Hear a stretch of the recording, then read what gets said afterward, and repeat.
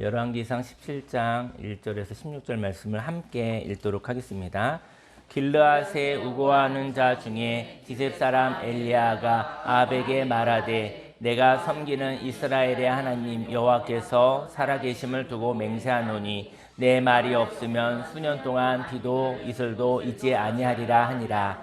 여호와의 말씀이 엘리야에게 임하여 이르시되 너는 거기서 떠나 동쪽으로 와서 요단아 그리 시냇가에 숨고 그 시냇물을 마시라. 내가 까마귀들에게 명령하여 거기서 너를 먹이게 하리라. 그가 여호와의 말씀과 같이 하여 곧 가서 요단아 그리 시냇가에 머물매 까마귀들이 아침에도 떡과 고기를 저녁에도 떡과 고기를 가져왔고 그가 시냇물을 마셨으나 땅에 비가 내리지 아니하므로 얼마 후에 그 시내가 마르니라. 여호와의 말씀이 엘리야에게 임하여 이르시되 너는 일어나 시돈에 속한 사르밧으로 가서 거기 머물라. 내가 그곳 과부에게 명령하여 내게 음식을 주게 하였느니라. 그가 일어나 사르밧으로 가서 성문에 이를 때 한 과부가 그곳에서 나뭇가지를 줍는지라. 이에 불러 이르되 청하건대 그릇에 물을 조금 가져다가 내가 마시게 하라. 그가 가지러 갈 때 엘리야가 그를 불러 이르되 청하건대 네 손에 떡 한 조각을 내게로 가져오라. 그가 이르되 당신의 하나님 여호와께서 살아계심을 두고 맹세하노니 나는 떡이 없고 다만 통에 가루 한 움큼과 나와 내 아들을 위하여 음식을 만들어 먹고 그 후에는 죽으리라.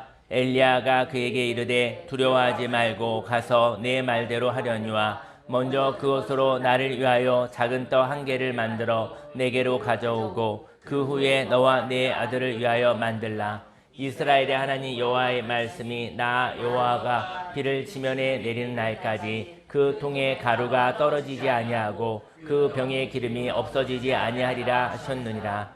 그가 가서 엘리야의 말대로 하였더니 그와 엘리야와 그의 식구가 여러 날 먹었으나 여호와께서 엘리야를 통하여 하신 말씀같이 통에 가루가 떨어지지 아니하고 병에 기름이 없어지지 아니하니라. 아멘.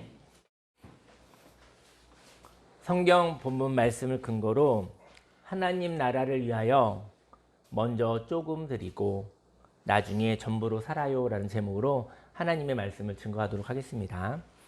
하나님은 저와 여러분들에게 먼저라는 것을 첫 마음, 먼저라는 마음을 좋아하시는 것 같아요. 여러분들이 저와 여러분 인생 가운데 먼저라는 것, 그리고 하나님 좋으신 분이시잖아요. 하나님은 많이가 아니라 하나님은 조금. 왜냐하면 여러분들의 인생이 저희 여러분들을 사랑하시잖아요.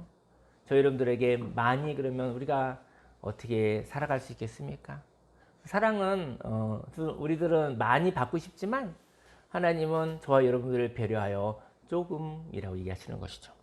그리고 나중에 너희들의 인생을 전부로 살아라 라고 축복하시는 분이 하나님이신 것이죠. 우상 숭배로 인하여 하나님을 믿기가 힘든 시기가 왔어요.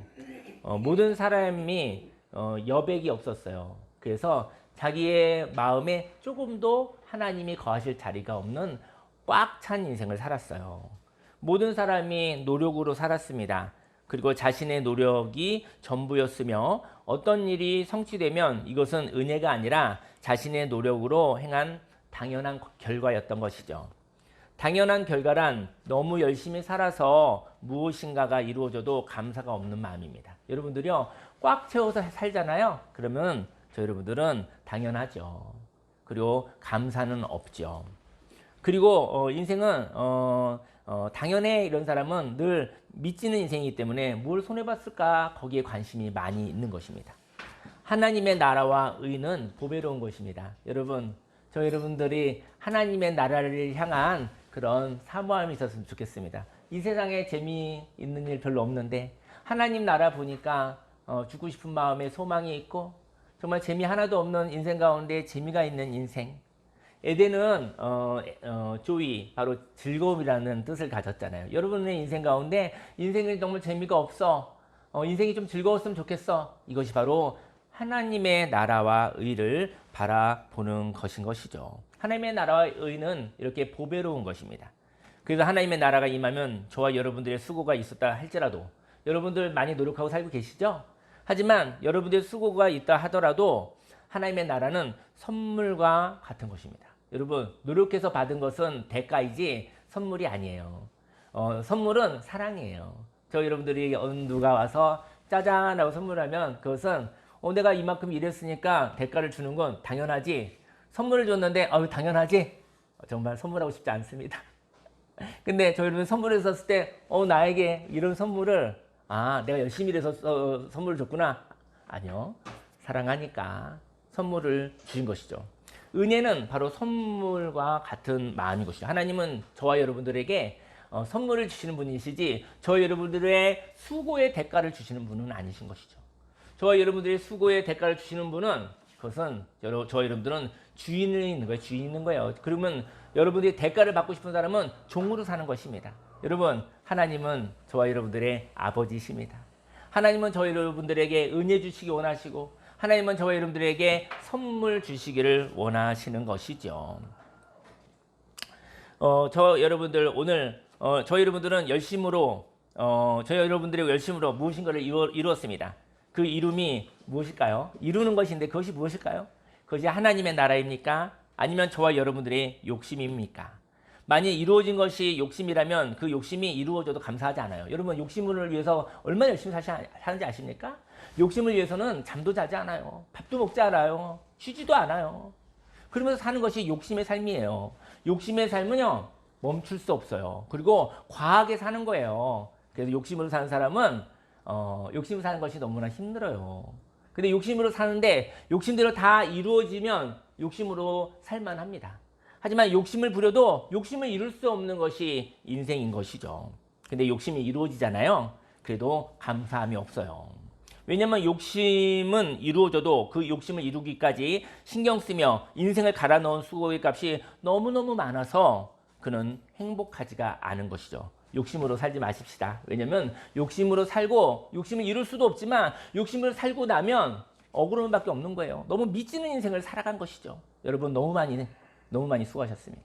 너무 많이 갈아 넣으셨습니다. 근데 갈아 넣은 것만큼 사실은 열매가 있지 않아요. 오늘 엘리야의 이야기가 나옵니다. 1절에 길르앗에 우거하는 자 중에 디셉 사람 엘리야가 아합에게 말하되 내가 섬기는 이스라엘의 하나님 여호와께서 살아계심을 두고 맹세하노니 내 말이 없으면 수년 동안 비도 이슬도 있지 아니하리라 하니라. 각 사람이 이제는 북이스라엘의 우상을 숭배하며 살았거든요. 그 다른 말로 하면 욕심을 위해서 살았죠. 근데 아무리 애를 써도 얻을 수 없는 상황이 왔습니다. 엘리야는 아합 왕에게 말합니다. 살아계신 하나님이 수년 동안 이 땅에 가뭄이 온다고 말하셨어요. 그리고 엘리야가 말하지 않으면 비도 이슬도 오지 않는다고 말하였습니다. 엘리야는 혀의 권세를 가진 사람이었습니다. 엘리야가 말하는 말은 하나님의 말씀이었습니다. 그래서 엘리야의 말에는 하나님의 역사가 있었던 것입니다. 여러분, 저희 여러분들에게 여러분들의 말에 하나님의 권세가 있길 바라요. 저희 여러분들이 말하면 그 말대로 이루어지는 일들이 있기를 예수님의 이름으로 축원합니다. 엘리야는 말하면 하나님의 말씀이었어요. 하지만 저와 여러분들에게 하나님의 말씀이 없다 하여도 혀의 권세는 사람의 삶을 좌지우지합니다. 만약 저와 여러분들에게 하나님의 역사가 일어나지 않는다면 저희 여러분들은 하나님의 말을 하지 않기 때문입니다. 저희 여러분들 오늘 인생 가운데 저희를 하는 많은 말들 중에 그것이 하나님과 관련 있는 말이 얼마큼 있는가 한번 생각해 보시기를 바랍니다. 또 악한 일이 벌어진다면 악한 사단의 말에 속아 사단의 말을 하고 있는 것이지요. 저와 여러분들은 말의 권세를 알아야 합니다. 하나님의 감동으로 말하시면 그 말대로 됩니다. 저희 여러분들이 말하기 전에 이게 하나님의 말씀인가? 한번 그렇다면 하나님의 말씀이면 여러분 말하고 다니세요. 하나님의 말을 말하고 다니시면 하나님이 역사하십니다. 여러분 그 사람을 만나보면 알아요. 그 말의 폼새를 보면 알아요. 그 말의 폼새를 보면 그 사람이 어떠한 삶을 사는지 알 수 있어요. 그 말에 하나님이 계시면, 그 말에 하나님의 나라가 있으면 하나님과 관련된 삶을 살아가는 것입니다. 여러분들의 말 가운데 하나님의 말이 완전히 있을 수는 없지만 하나님의 말이 좀 많이 있기를 예수님의 이름으로 축원합니다. 저와 여러분들 내 말의 권세를 알아야 합니다. 하나님의 감동으로 말하시면 그 말대로 됩니다. 하지만 여러분들의 말은 저와 여러분들의 생각을 사로잡는 것이죠. 그 생각이 말로 인하여 열매를 맺는 것입니다. 여러분들이 어떤 날 갑자기 말을 탁 했잖아요. 그 말이 여러분들의 마음의 생각인 거예요. 그래서 여러분의 말이 여러분들을 표현하고 있는 거예요. 가뭄이 시작되었습니다. 그러나 하나님의 사람을 하나님이 보호하시는 것이죠. 2절 말씀에 여호와의 말씀에 엘리야에게 임하여 이르시되 너는 여기서 떠나 동쪽으로 가서 요단 앞 그리 시냇가에 숨고 그 시냇물을 마시라. 내가 까마귀들에게 명령하여 거기서 너를 먹이게 하리라. 세상에는 가뭄이 있으나 하나님의 사람을 향한 하나님의 공급은 멈추지 않습니다. 여러분 가뭄이 있잖아요. 인생에 어려움이 있잖아요. 근데 그때 하나님의 사람을 향한 하나님의 공급은 멈추지 않습니다. 세상에 가뭄이 있을 때 그 가뭄을 보면 어떤 마음이 들죠? 두렵잖아요. 경기가 안 좋죠? 경기가 안 좋으면 이게 가뭄하고 같은 거예요. 지금 대한민국에 경기가 안 좋잖아요. 가뭄이 있는 거예요. 지금 비가 내리지 않는 거예요. 농부가 농사를 지었는데 비가 내리지 않으면 무슨 농사를 짓겠습니까? 지금 세상에 경기가 안 좋잖아요. 사람들이 만나지 않잖아요. 사람들이 아무것도 하지 않잖아요. 그렇지 않습니까? 그런데 세상에 가뭄이 있을 때 가뭄을 보면서 두려워하지요. 가뭄이 온다는 것은 농사를 지을 수 없다는 것이죠. 그래서 양식이 없을 것을 상상하죠. 경기가 안 좋으니까 불길하구나, 살기가 힘들겠구나. 여러분들 상상하지 않습니까? 하지만 세상에 가뭄이 있다 하여 하나님의 사람이 두려워하는 것은 아닙니다. 여러분 환경이 막혀도 두려워하지 마십시오. 오늘 가뭄이 있습니다. 하지만 가뭄이 있어도 오늘을 살 수는 있습니다. 만약 가뭄이 있을 때 미래의 어느 날까지 살지 못할까 두렵다면 그는 오늘을 살 수가 없는 것입니다. 분위기가 안 좋다고 해서 너무 위축되지 마세요. 저와 여러분들은 내일을 살 수는 없어도 오늘을 살 수 있는 일용할 양식이 있어요. 오늘을 살 수 있다면 사는 날 동안 항상 공급하시는 하나님으로 인하여 살아가시기를 예수님으로 축원합니다. 5절에 그가 여호와의 말씀과 같이 하여 곧 가서 요단 앞 그리 시냇가에 머물매 까마귀들이 아침에도 떡과 고기를 저녁에도 떡과 고기를 가져왔고 그가 시냇물을 마셨으나 땅에 비가 내리지 아니하므로 얼마 후에 그 시내가 마르니라. 비가 내리지 않으므로 가뭄이 왔거든요. 비가 내리지 않으므로 미래를 예측할 수 있죠. 비가 내리지 않으면 어떻게 있습니까? 여러분 비가 내리지 않으면 농부는 벌써 괴로워요. 그렇지 않습니까? 계획하는 사람은 두려움이 있어요. 보니까 비가 안 오는 거 보니까 계획할 수가 없어. 농사 계획을 할 수가 없어. 경기가 좋지 않으니 계획할 수가 없어. 그래서 그 안에 무슨 마음이 들어왔습니까? 두려움이 왔던 것이죠. 저 여러분들 두려움이 와도 두려워하지 않으시기를 예수님 축원합니다. 두려워하지 않으시면 저 여러분의 인생을 살아가면서 하나님의 은혜가 있는 것이죠. 엘리야에게도 시냇물이 마름으로 먹을 물이 없었습니다. 이렇게 환경에 막힘이 있었을 때 막힌 환경을 여는 사람이 필요합니다. 환경을 여는 사람에게 하나님의 말씀을 향한 믿음이 생길 때입니다. 환경을 여는 사람은요, 하나님 말씀을 향한 믿음 있는 사람이 누구인가의 이야기예요. 여러분, 하나님의 말씀은 살아있습니다. 하나님 말씀은 운동력이 있습니다. 여러분, 환경이 막혔었을 때 그 환경을 열을 하나님의 말씀을 향한 믿음을 가지고 있는 사람이 누구인가 찾을 때인 것이죠. 8절에 여호와의 말씀이 엘리야에게 임하여 이르시되 너는 일어나 시돈에 속한 사르밧으로 가서 거기 머물라. 내가 그곳 과부에게 명령하여 내게 음식을 주게 하였느니라. 사르밧은 바알을 숭배하는 우상 숭배 지역이었거든요. 여기에 이방인인 여인을 하나님이 선택하셨습니다. 10절에 그가 일어나 사르밧으로 가서 성문에 이를 때 한 과부가 그곳에서 나뭇가지를 줍는지라. 이에 불러 이르되 청하건대 그릇에 물을 조금 가져다가 내가 마시게 하라. 어떤 여인이 있었는데요. 어떤 여인을 보았더니 그가 어떤 여인의 어깨를 보았더니 힘이 없는 거예요. 어떤 여인이 나뭇가지를 하나 둘 줍습니다. 왜 줄까요? 그 주어서 가지고 있는 요만큼의 밀가루와 기름 요만큼을 이렇게 떡을 만들어서 떡을 만들어서 먹고 죽으려는 사람이 나뭇가지를 주울 때 그의 어깨에 힘이 있겠습니까? 죽기 직전에 그 사람의 힘이 있겠습니까? 어떤 여인의 힘이 없는 어깨를 엘리야가 바라본 것이죠. 그녀는 나뭇가지를 주어서 오늘 아들과 함께 마지막 식사를 하려고 합니다. 그녀에게 내일은 없었습니다. 그 여인에게 엘리야는 물을 조금 가져다 달라고 말합니다. 지금은 가뭄이 생겨서 물도 귀하잖아요. 사르밧 과부는 물을 가지러 갑니다. 물을 가져갈 때 신나게 가지는 않았겠죠. 내일 죽을 사람이 뭐 이렇게 신이 나겠습니까? 물을 가져다 물 좀 달라고 해서 저 사람도 목이 마른가 보다. 저 사람도 물을 먹지 못하면 죽는가 보다. 그래서 자기가 그래도 물이 가뭄이 있는데도 불구하고 내일 죽을 거니까 오늘 물이 있으니까 나누어 먹으려고 하는 것이죠. 물을 가지러 갔습니다. 하지만 사르밧 과부는 오늘 먹을 물은 있었던 것이죠. 그래서 물을 조금 나눌 수 있었습니다. 나눔은 이렇게 없는 것을 나누는 것이 아닙니다. 저와 여러분들에게 있는 것이 있습니다. 사르밧 과부는 내일은 없었지만 마음의 여유가 있는 사람이었던 것이죠.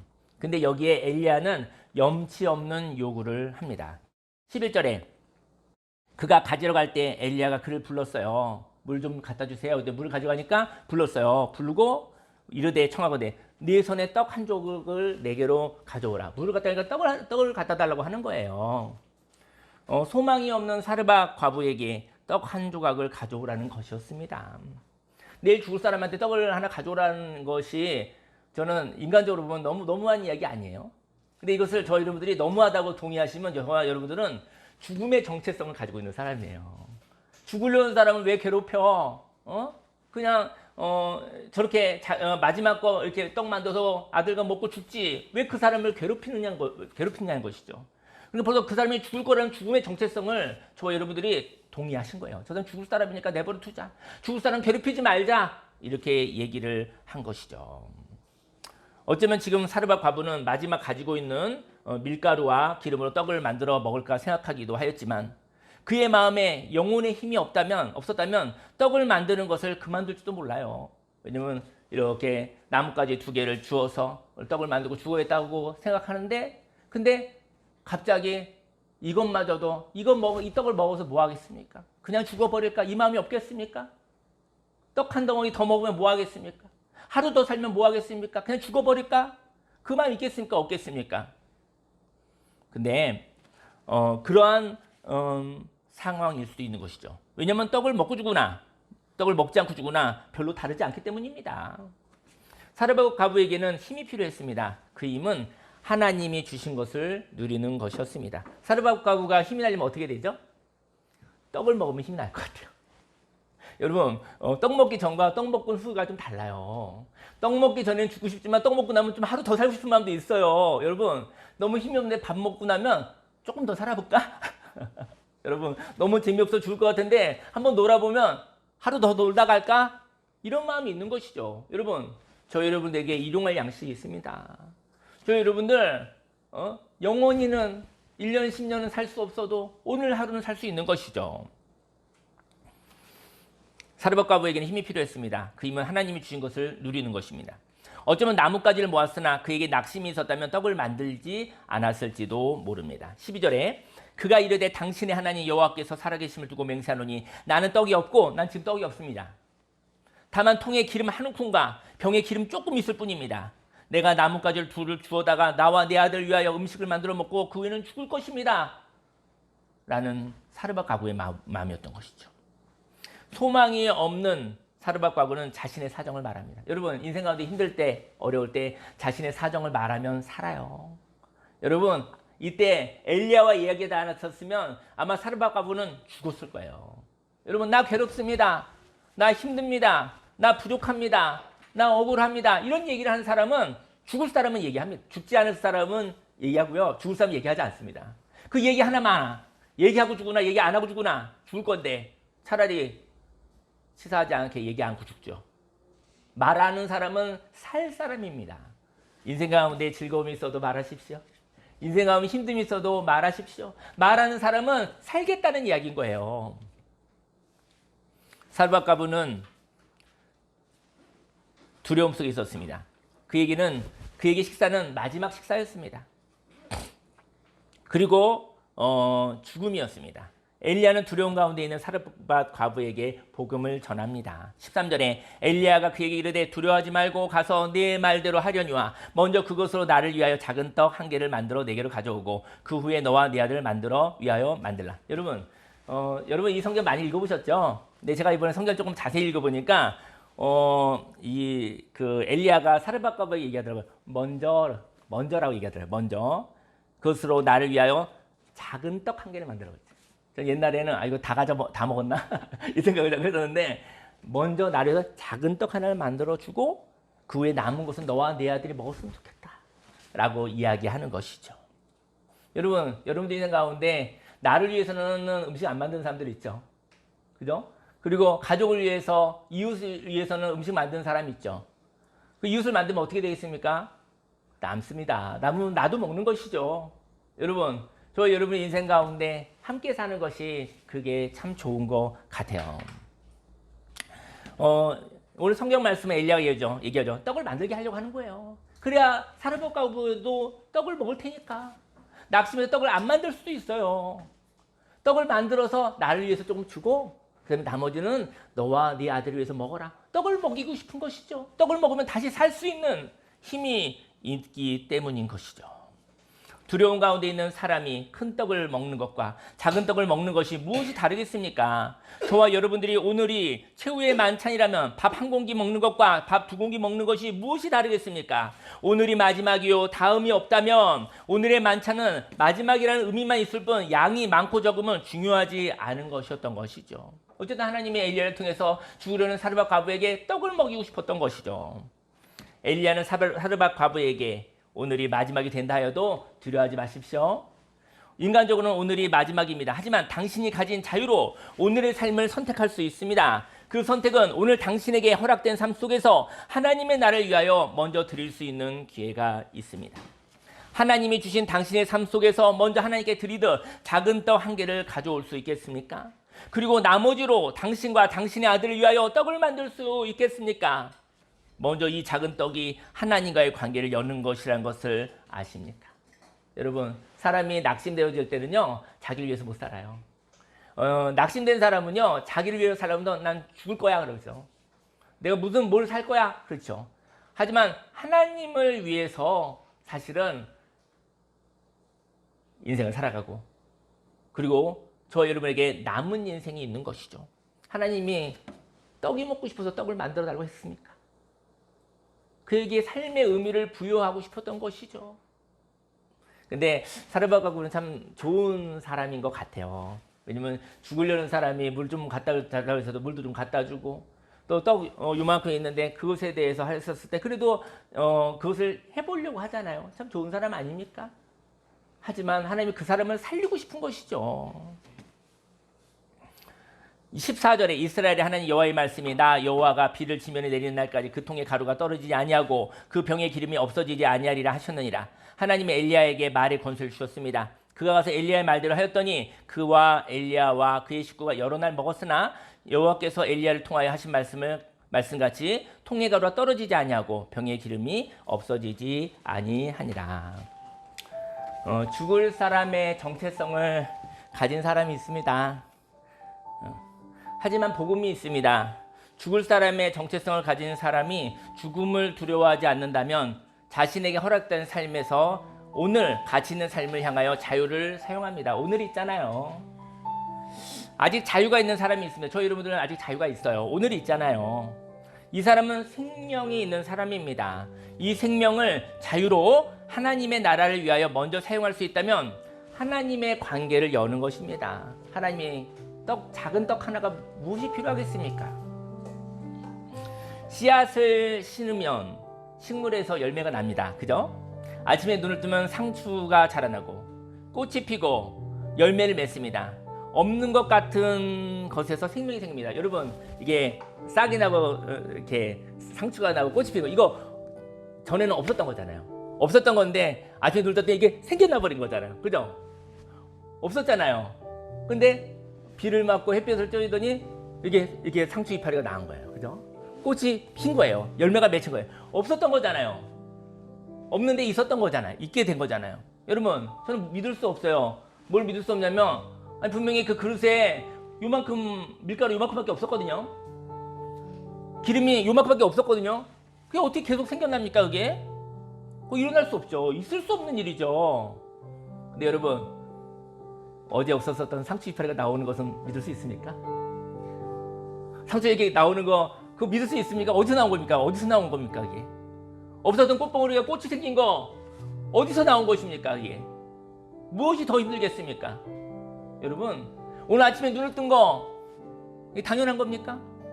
저 여러분 아침에 눈을 뜬 거, 걸어가는 거, 여러분 이것이 밀가루 조금에서 없었던 것이 다시 생겨나고 기름이 다시 생겨나고 같은 거 아닙니까? 여러분 저와 여러분들은 날마다 그러한 하나님의 역사를 보고 살아가고 있는 것입니다. 여러분 이렇게 아침이 되면 하나님이 낙심된 마음에 믿음을 주십니다. 또 아침이 되면 이렇게 없는 것이 있는 것이 됩니다. 이것은 없는 통에서 가루가 나오고 병에서 기름이 솟아나는 것과도 같습니다. 근데 이건 증명할 수는 없어요. 하나님이 하신 일을 증명할 수는 없어요. 하나님이 하신 일을 경험하고 하나님이 하신 것을 선물로 받아 누리는 것이지, 하나님이 하신 역사를 어떻게 저와 여러분들이 어떻게 이렇게 됐냐고 그걸 어떻게 증명하겠습니까? 아침에 저와 여러분들이 일어난 거, 저와 여러분들이 낙심된 마음이 다시 살아나는 거, 이거 무엇으로 증명하겠습니까? 하나님이 주신 선물인 것이죠. 죽을 사람의 정체성을 가진 사람은 죽는 것이 목적이기 때문에 자신의 고집대로 삽니다. 하지만 죽음을 두려워하지 않고 죽음이 오기 전에 자신에게 있는 자유를 사용하는 사람은 죽음이 와도 두려움이 없는 사람입니다. 죽음이 와도 두렵지 않은 사람은요, 생명이 와도 두렵지 않아요. 죽음을 두려워하지 않는 사람은 어떤 결과가 와도 수용할 사람입니다. 그 어떤 결과에는 부활도 있는 것이죠. 여러분 어제로 보면 오늘은 부활이에요. 어제는 죽고 오늘은 살아난 날이에요. 여러분 우리는 날마다 삶 속의 부활을 경험하고 있는 것입니다. 여러분들의 죽은 마음이 살아나 다시 한번 살아보겠다고 하는 마음이 생겼다고 하면 그것도 부활입니다. 하나님에 대한 불신앙은 죽음이 오면 끝이라는 믿음입니다. 하지만 하나님에 대한 신앙은 죽음이 와도 두렵지 않으며 죽음 이후 하나님의 역사가 시작되어도 믿겠다는 믿음인 것이죠. 저와 여러분들의 믿음은 죽음 이후 아무 일도 벌어지지 않는다는 사망에 눌려 믿음이 오염되어 있습니다. 하지만 하나님의 말씀으로 사는 사람은, 하나님의 말씀으로 사는 믿음은 죽음 이후를 기대합니다. 저와 여러분들이 할 수 있는 것을 다 하고 더 이상 아무것도 할 수 없는 상황이 죽음입니다. 제가 이런 얘기 안 해드릴까요? 죽음을 다른 말로 제가 좀 긍정적인 말로 바꿔드릴까요? 죽음이 뭐냐면요, 최선을 다한 사람. 최선을 다한 사람이 죽음을 인정하는 사람이에요. 최선을 다하고 난 뒤 하나님을 바라보십시오. 여러분 아무것도 할 수 없는, 최선을 다하고 더 이상 아무것도 할 수 없는 상황이 죽음이에요. 죽음 이후 부활이 시작이 됩니다. 여러분 최선을 다했다고, 저와 여러분이 수고했다고, 사랑하는 아들아 딸아 너는 최선을 다했어, 이제 내가 역사하리라.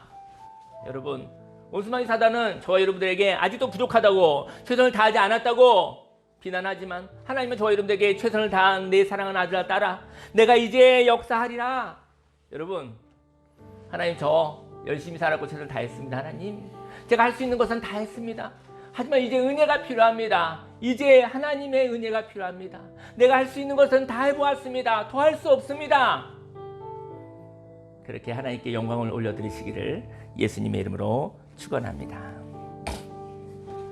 엘리야를 통하여 제안을 받은 사르밧 과부는 무슨 일이 있어도 죽음보다 더한 것은 없다는 것을 알고 있죠. 그는 죽음을 각오하였고 죽음을 각오하였기에 더 이상 내려갈 곳이 없는 바닥을 쳤기에 그에게는 좋은 일만 남은 사람입니다. 믿음에서도 저와 여러분들이 바닥을 치고 사람이 할 수 있는 것을 다 하고 난 뒤 하나님이 역사하실 하나님을 바라보는 그런 믿음이 되기를 예수님으로 축원합니다. 죽음의 정체성을 가진 사람은 고정된 것을 바꿀 마음이 없습니다. 왜냐하면 의미가 없기 때문이죠. 하지만 죽음을 넘어 소망이 있는 부활의 정체성을 가진 사람은 자신이 가진 자유로 진리를 쫓습니다. 그 진리로 말미암아 부활이 와도 받아들이는 사람이죠. 부활은 이해하는 것이 아니라 부활은 경험하는 것입니다. 죽음을 각오한 사람은 유연합니다. 사르밧 과부에게 다가간 엘리야의 요청이 있었습니다. 그 요청은 하나님의 사람 엘리야가 한 것이기에 하나님의 말씀이었죠. 물을 조금 가져다 달라고 했을 때 물을 나눌 수 있는 사람이었습니다. 그리고 떡을 가져다 달라고 했을 때 사르밧 과부는 떡이 없었습니다. 때로 하나님이 저와 여러분들에게 가지고 있는 것을 달라고 할 때가 있습니다. 그때 저와 여러분들이 소유한 것도 하나님이 주신 것이니 드리시기를 바랍니다. 그런데 하나님이 저와 여러분들에게 없는 것을 달라고 할 때가 있어요.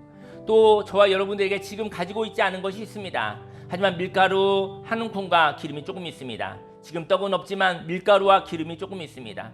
어쩌면 사망의 공포와 체념에 영혼이 죽어서 두려운 가운데 있었던 사르밧 과부는 나뭇가지 2개를 주었지만 만약 불이 안 붙는 거예요. 나뭇가지 2개를 주었는데 불을 붙이는데 불이 안 붙으면 어떻게 하죠? 에이 죽자 그러지 않겠어요? 에이 이 불이 붙었는데 안 붙을 수도 있잖아요. 그게 죽으란 것이구나. 떡 한 그릇, 떡 한 덩이 먹고 죽으려고 했는데 이것마저도 못 먹게 하시는구나. 이러고 죽지 않겠습니까? 그 불 안 붙을 수도 있어요. 안 붙을 수 있어요. 불이 붙지 않으면 어쩔 수 없지 하며 떡을 만들고 그만하고 아들과 함께 죽었을 수도 있습니다.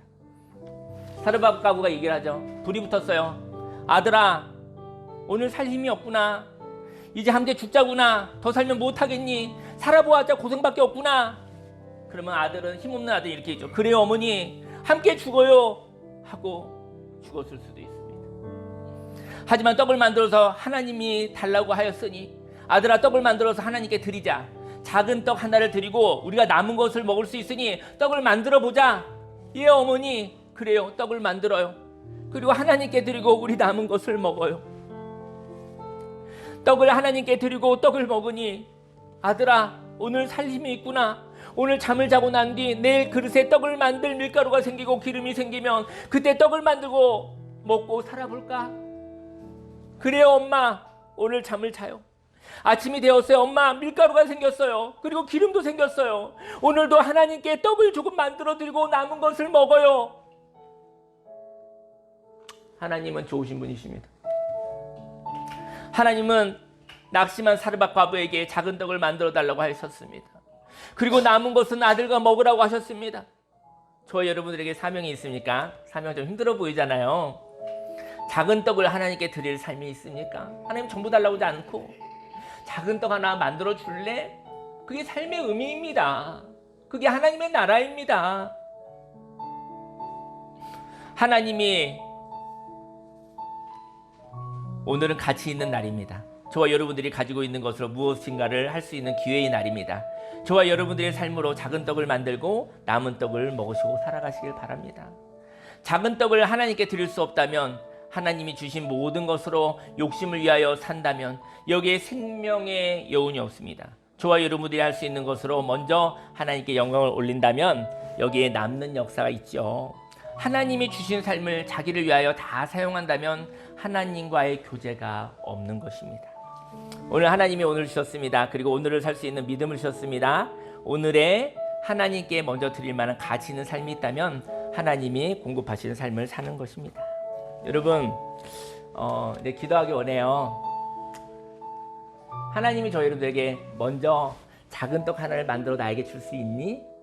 그게 사람을 위한 일이 되지 않기 바래요. 여러분들에게는 하나님이 작은 떡 하나를 나에게 먼저 줄 수 있니? 근데 그 떡을 만들고 나면 남은 것이 있어. 그 남은 것을 가지고 살면 돼. 삶의 의미, 삶의 목적. 여러분, 욕심으로만 살면 하나님과의 관계가 없습니다. 먼저 그의 나라와 그의 일을 구하라. 그리하면 이 모든 것을 너에게 더하시리라. 근데 이제 그 작은 떡은 각 사람마다 좀 다를 것 같아요. 그 작은 떡은 저와 여러분들의 삶 속에 하나님을 생각하면서 드려지는 어떠한 의미 있고 아름다운 삶일 것 같아요. 그 의미와 목적이 있다고 한다면 그것 때문에 저와 여러분들은 사는 것입니다. 그리고 하나님의 은혜에 남은 것으로 저와 여러분들은 살아가는 것입니다. 저희 여러분들에게 하나님을 향한 작은 떡, 하나님을 향한 삶의 목적이 어떤 모양이라 할지라도 그것이 있기를 예수님으로 축원합니다.